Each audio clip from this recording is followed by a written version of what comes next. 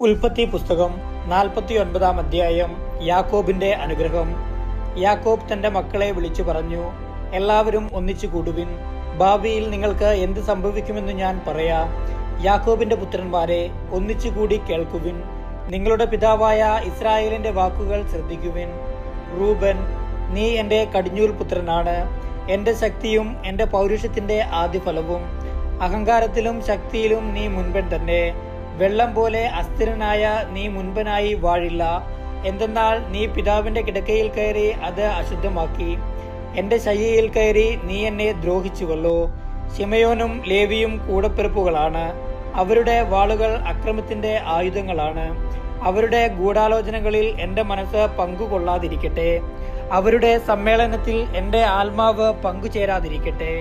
എന്തെന്നാൽ തങ്ങളുടെ കോപത്തിൽ അവർ മനുഷ്യരെ കൊന്നു, ക്രൂരതയിൽ അവർ കാളകളുടെ കുതിഞ്ഞരമ്പ് വെട്ടി. അവരുടെ ഉഗ്രമായ കോപവും ക്രൂരമായ ക്രോധവും ശപിക്കപ്പെടട്ടെ. ഞാൻ അവരെ യാക്കോബിൽ വിഭജിക്കും, ഇസ്രായേലിൽ ചിതറിക്കുകയും ചെയ്യും. യൂദാ, നിന്റെ സഹോദരന്മാർ നിന്നെ പുകഴ്ത്തും. നിന്റെ കൈ ശത്രുക്കളുടെ കഴുത്തിൽ പതിക്കും. നിന്റെ പിതാവിന്റെ പുത്രന്മാർ നിന്റെ മുൻപിൽ കുമ്പിടും. യൂദാ ഒരു സിംഹക്കുട്ടിയാണ്. എന്റെ മകനെ, നീ ഇരയിൽ നിന്ന് മടങ്ങിയിരിക്കുന്നു. അവൻ ഒരു സിംഹത്തെ പോലെയും സിംഹിയെ പോലെയും പതുങ്ങിക്കിടന്ന് വിശ്രമിക്കുന്നു. അവനെ ഉണർത്താൻ ആർക്കു ധൈര്യമുണ്ടാകും? ചെങ്കോൽ യൂദയായെ വിട്ട് പോവുകയില്ല. അതിന്റെ അവകാശി വന്നു ചേരും വരെ അധികാരദണ്ഡ് അവന്റെ സന്തതികളിൽ നിന്ന് നീങ്ങിപ്പോവുകയില്ല. ജനതകൾ അവനെ അനുസരിക്കും. അവൻ തന്റെ കഴുതയെ മുന്തിരിവള്ളിയിലും കഴുതക്കുട്ടിയെ വിശിഷ്ടമായ മുന്തിരിച്ചെടിയിലും കെട്ടിയിടും. തന്റെ ഉടുപ്പ് വീഞ്ഞിലും മേലങ്കി മുന്തിരിച്ചാറിലും കഴുകും. അവന്റെ കണ്ണുകൾ വീഞ്ഞിനേക്കാൾ ചെമന്നും പല്ലുകൾ പാലിനേക്കാൾ വെളുത്തുമിരിക്കും. സെബുലൂണാകട്ടെ കടൽ തീരത്ത് വസിക്കും. അവൻ കപ്പലുകൾക്ക് അഭയകേന്ദ്രമായിരിക്കും. സീദോനായിരിക്കും അവന്റെ അതിർത്തി. ഇസാക്കർ ഒരു കരുത്തുറ്റ കഴുതയാണ്. അവൻ ചുമടുകൾക്കിടയിൽ കിടക്കുന്നു. വിശ്രമസ്ഥലം നല്ലതെന്നും ദേശം മനോഹരമെന്നും അവൻ കണ്ടു. അതുകൊണ്ട് അവൻ ചുമട് കയറ്റുവാൻ ചുമൽ കുനിച്ചു കൊടുക്കുന്നു. കൂലിവേല ചെയ്യുന്ന ഒരു ദാസനായി തീർന്നു. ഇസ്രായേലിലെ മറ്റു ഗോത്രങ്ങളെ പോലെ ദാൻ സ്വന്തം ജനങ്ങൾക്ക് ന്യായം നടത്തിക്കൊടുക്കും. ദാൻ വഴിവക്കിലെ സർപ്പവും പാതയിലെ അണലിയുമായിരിക്കും. അവൻ കുതിരക്ക് കുതികാലിൽ കടിക്കും.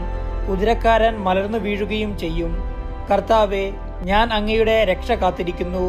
ഗാദിനെ കവർച്ചക്കാർ ആക്രമിക്കും, എന്നാൽ അവൻ അവരെ തോൽപ്പിച്ചോടിക്കും. ആഷേറിന്റെ ആഹാരം സമ്പന്നമായിരിക്കും. അവൻ രാജകീയ വിഭവങ്ങൾ പ്രദാനം ചെയ്യും. സ്വച്ഛന്തം ചരിക്കുന്ന ഒരു പേടമാനാണ് നഫ്താലി. അവൻ മൃദുല വാക്കുകൾ പൊഴിക്കുന്നു. നീരുറവയ്ക്കരികെ നിൽക്കുന്ന ഫലസമൃദ്ധമായ വൃക്ഷമാണ് ജോസഫ്.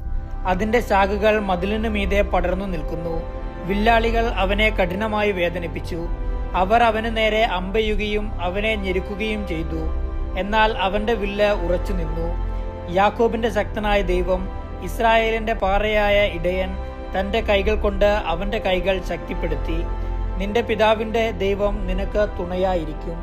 സർവശക്തനായ ദൈവം നിന്നെ അനുഗ്രഹിക്കും. മുകളിലുള്ള ആകാശത്തിന്റെയും കീഴിലുള്ള ആഴത്തിന്റെയും ഉദരത്തിന്റെയും മാറിടത്തിന്റെയും അനുഗ്രഹങ്ങൾ നിനക്കുണ്ടാവട്ടെ. നിന്റെ പിതാവിന്റെ അനുഗ്രഹങ്ങൾ നിത്യപർവ്വതങ്ങളുടെ ഔദാര്യത്തെക്കാളും ശാശ്വത ഗിരികളുടെ അനുഗ്രഹങ്ങളെക്കാളും ശക്തങ്ങളാണ്. അവ ജോസഫിന്റെ ശിരസിൽ തന്റെ സഹോദരങ്ങളിൽ നിന്ന് വേർപെട്ടിരുന്നവന്റെ മൂർധാവിൽ വർഷിക്കപ്പെടട്ടെ. ആർത്തിയുള്ള ഒരു ചെന്നായയാണ് ബെഞ്ചമിൻ. അവൻ രാവിലെ ഇരവിഴുങ്ങുകയും വൈകുന്നേരം കവർച്ച മുതൽ പങ്കിടുകയും ചെയ്യും. ഇവരാണ് ഇസ്രായേലിലെ 12 ഗോത്രങ്ങൾ. അവരുടെ പിതാവ് അവരോട് പറഞ്ഞതാണിത്. അവൻ എല്ലാവരെയും അനുഗ്രഹിച്ചു. ഓരോരുത്തർക്കും ചേർന്ന വിധത്തിലാണ് അവരെ അനുഗ്രഹിച്ചത്. യാക്കോബിന്റെ മരണം. യാക്കോബ് അവരോട് ആവശ്യപ്പെട്ടു, ഞാൻ എന്റെ ആളുകളോട് ചേരുകയായി. ഹിത്യനായ എഫ്രോണിന്റെ വയലിലുള്ള ഗുഹയിൽ എന്റെ പിതാക്കന്മാരുടെ അടുത്ത് എന്നെ അടയ്ക്കുക.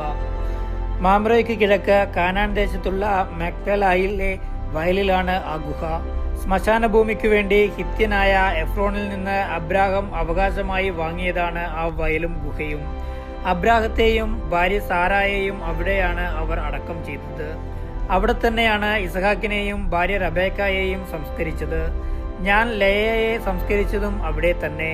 വയലും അതിലുള്ള ഗുഹയും ഹിത്യരുടെ കയ്യിൽ നിന്നാണ് വാങ്ങിയത്. തനിക്ക് പറയാനുണ്ടായിരുന്നത് പറഞ്ഞു തീർന്നപ്പോൾ യാക്കോബ് കിടക്കയിലേക്ക് ചാഞ്ഞു. അവൻ അന്ത്യശ്വാസം വലിച്ച് തന്റെ ജനത്തോട് ചേർന്നു.